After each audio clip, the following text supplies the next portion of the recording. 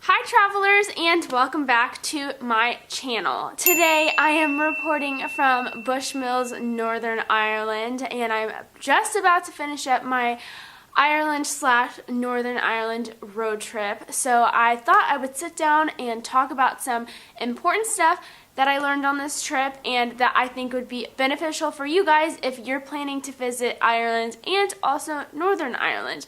So today's video is going to be a know before you go, Ireland, more Ireland than Northern Ireland, but Ireland and Northern Ireland. So let's go ahead and jump on into the first thing. And the first thing that I think you guys need to know is that you need some type of transportation in this country and also Northern Ireland if you choose to go to the Northern Ireland. But let's just talk about Ireland for a minute because that is basically what this video is about. I honestly don't know how people get around without a car. I do know that you can take the train or you can take a bus, or if you want to hire a driver, which I'm sure is quite expensive, you can do that as well, but it is an option.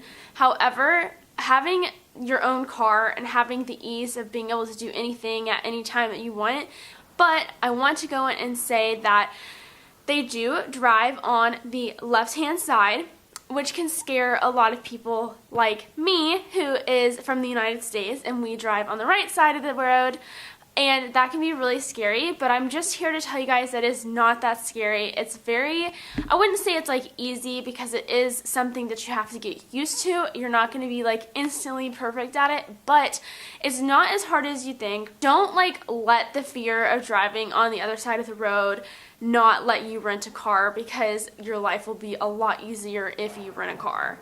And my second know before you go is that most people do drive manual shift here.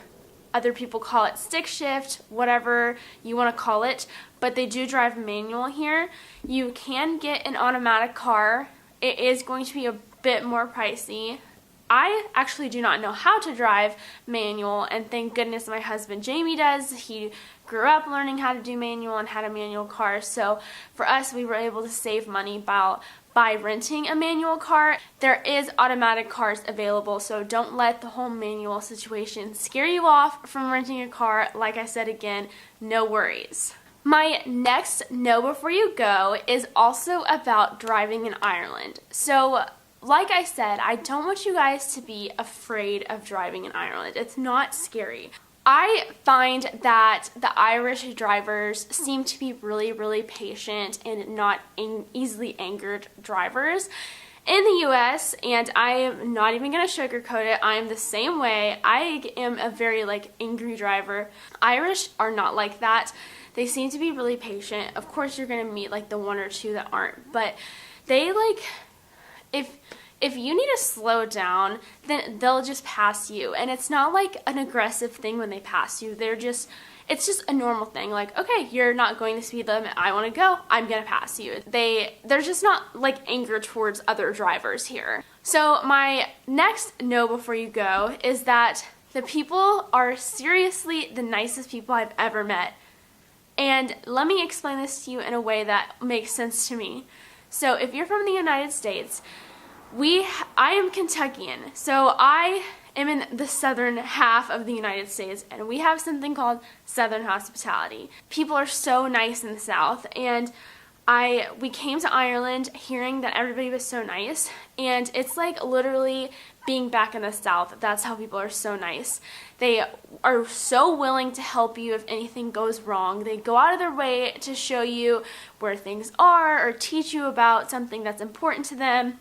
They're just seriously the nicest people. They strike up conversations with anything, which is so awesome because, like I said, it reminds me of my people back at home, which is really, really awesome.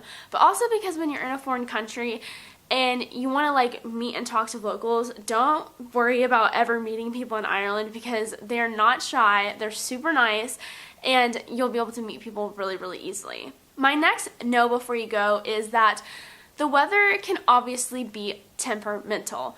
And I say obviously because I think most people know that Irish weather can be really crazy, but I don't think you quite understand until you're here. In just the short period of time that we've been here, I've seen a lot of wind, I've seen a little rain, I've seen sun, super warm temperatures. I mean, I've seen it all in just this like 8 days that I've been here. So really, there's no, like, you can prepare as much as you want, but the weather can change in a drop of a hat, and you kind of just have to roll with it. Don't let it ruin your trip. If it's like rainy and stuff, still go out there and see things. Like today in Northern Ireland, it has been so windy, and we just like went ahead and did stuff. Like, the wind was crazy. I'll insert a video here to show you guys how crazy it was, but you just kind of have to roll with the punches and go about your day despite the weather, whether it's nice, not nice, or whatever. My next know before you go is kind of a funny thing, and it's that distances are a fickle thing. And what I mean by that is that the United States and Canada have a really awesome highway system. We're very, very lucky to have that. And not that Irish roads are bad by any mean, but they are really small, and it's so funny because 30 miles can take you an hour's drive. When back at home, if I drove 30 miles, I could probably get done with that in like 20 minutes or something. I mean, I'm not doing the math right now, but the distances are a little different here. It takes you longer to get places, and the funniest part about it is that one day we were driving like quite a few hours, probably like 6 hours, and we told some local that, and he was so shocked, and he said that Irish people don't drive very long distances. Just remember that, like, even though something might be like only 20 miles away, you really have to take into account traffic, the smaller roads, and just anything else that you're going to encounter. It just takes a little bit longer to get from place to place in Ireland. My next know before you go is that Dublin is not Ireland. And that sounds so stupid, and I don't mean it as in like, Dublin's not Ireland. I mean it as it's not a representation of the rest of the country. Dublin is a great city. I had a lot of fun in it, and I met some really awesome Irish people. But you can't compare Dublin with the rest of the country. Dublin is completely different than Killarney. Dublin is completely different than Galway, than Dingle, than wherever else you're going to go. So if you plan to come to Ireland, I highly, highly suggest to at least take a couple day trips from Dublin so that you're able to see the real Ireland and see like the countryside and the people that live in the country.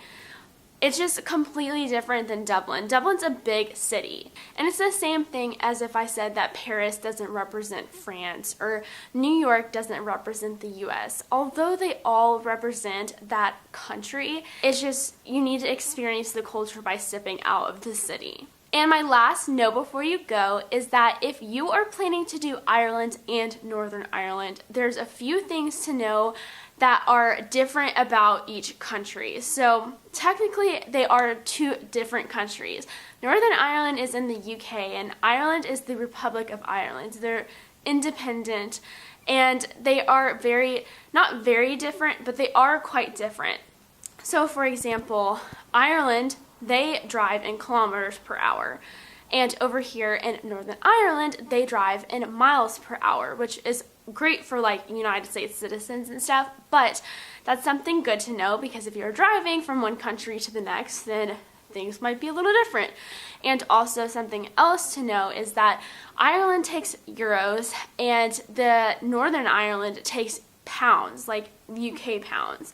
So you do need different money. And yeah, those are just two smaller differences about the two countries, but there's a lot of different differences between the two. Like, I find that Northern Ireland has bigger roads than the Republic of Ireland, but those are just kind of things that you'll observe when you go. Totally not a big deal, but kind of interesting to see considering it's like the same island, but just like you see little differences. It's pretty neat. So anyway, I'm sure there are tons of other things that I could sit and tell you guys about, but those are the few things that I thought of while I was here that I figured I should mention if you guys are ever planning to come to Ireland or Northern Ireland, because It's so amazing here. I really highly suggest it, but I think these tips can really help you make your trip just like that much better. If you guys like this video, please give it a big thumbs up, and I will see you guys in my next video. Bye and happy travels.